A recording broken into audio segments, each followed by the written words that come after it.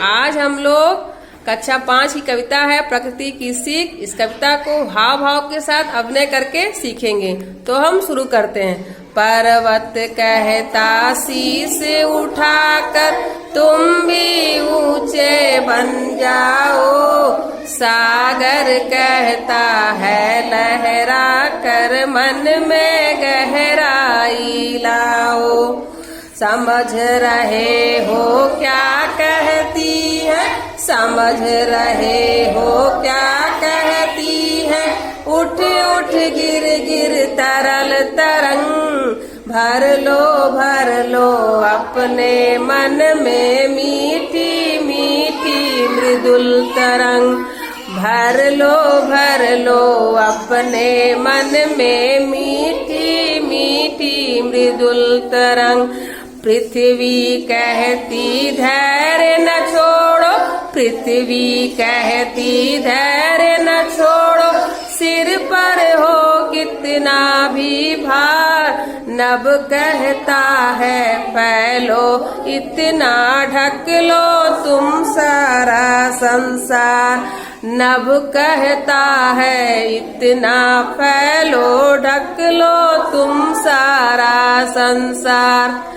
इस कविता को सोहन लाल द्विवेदी लिखे हैं। कौन लिखा है? सोहन लाल द्विवेदी। इसमें प्रकृति के माध्यम से बताया गया है कि इंसान को क्या करना चाहिए, पर्वत की तरह ऊंचा होना चाहिए और सागर की तरह क्या होता है, मन में गहराई लाना चाहिए। और जो पृथ्वी जो है अपने सिर पर अपने ऊपर कितने सारे मनुष्यों का भार लेके चल रही है, उस तरह हम लोग को भी हर कठिनाइयों को लेके चलना चाहिए, घबराना नहीं चाहिए। और जिस तरह सारे नभ में आकाश फैला हुआ है, हम लोग को भी इसी तरह चमकना चाहिए, अपने यश कृति को सारे जगह फैलाना चाहिए। तो ये कविता जो हमें इन बातों की सीख समझा रही है कि हमें प्रकृति से सीखकर समझकर कार्य को करना चाहिए। ठीक है, तो अब हम जो कविता पढ़ाएं प्रकृति की सीख, उसका अर्थ हम आपको बताएंगे।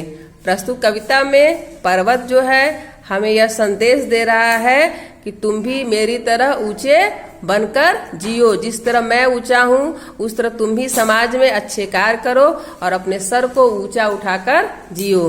सागर कहता है कि जिस तरह मैं कह रहा हूँ उस तरह तुम भी अपने अंदर अपने भाव विचारों में गहराई लाओ, अर्थात गंभीर बनो।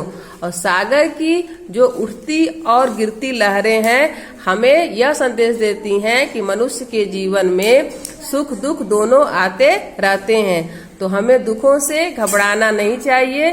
जो सुख के दिनों में अच्छी यादें हैं, जो अनुभव हैं, उसको अपने मन में लेकर आगे बढ़ना चाहिए। और पृथ्वी जो है हमें यह संदेश दे रही है कि जिस तरह मेरे ऊपर करोड़ों जनसंख्या का भार है, मैं घबरा नहीं रही हूँ, उस तरह तुम भी, तुम्हारे ऊपर भी अगर कोई भार आ जाए, विपदा आ जाए, कोई जिम्मेदारी आ जाए, तो घबराना नहीं है, धैर्य के साथ आगे बढ़ते रहना है।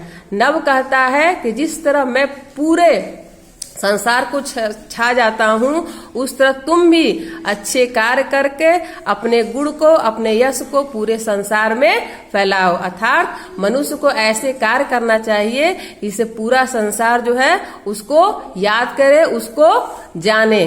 प्रस्तुत कविता किसने लिखा है?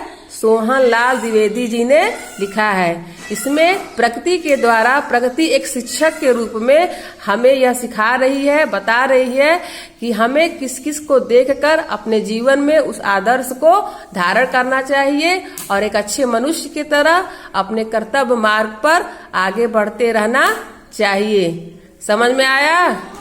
कविता हमें क्या बता रही है कि हमें जो है अच्छे कार्य करने चाहिए, गंभीर बनना चाहिए, सुख दुख दोनों पलों को अच्छे से समझना चाहिए, कभी घबराना नहीं चाहिए, धैर्य के साथ रहना चाहिए और अच्छे कार्य करके सारे समाज में, सारे विश्व में नाम रोशन करना चाहिए। ठीक है, बहुत अच्छा।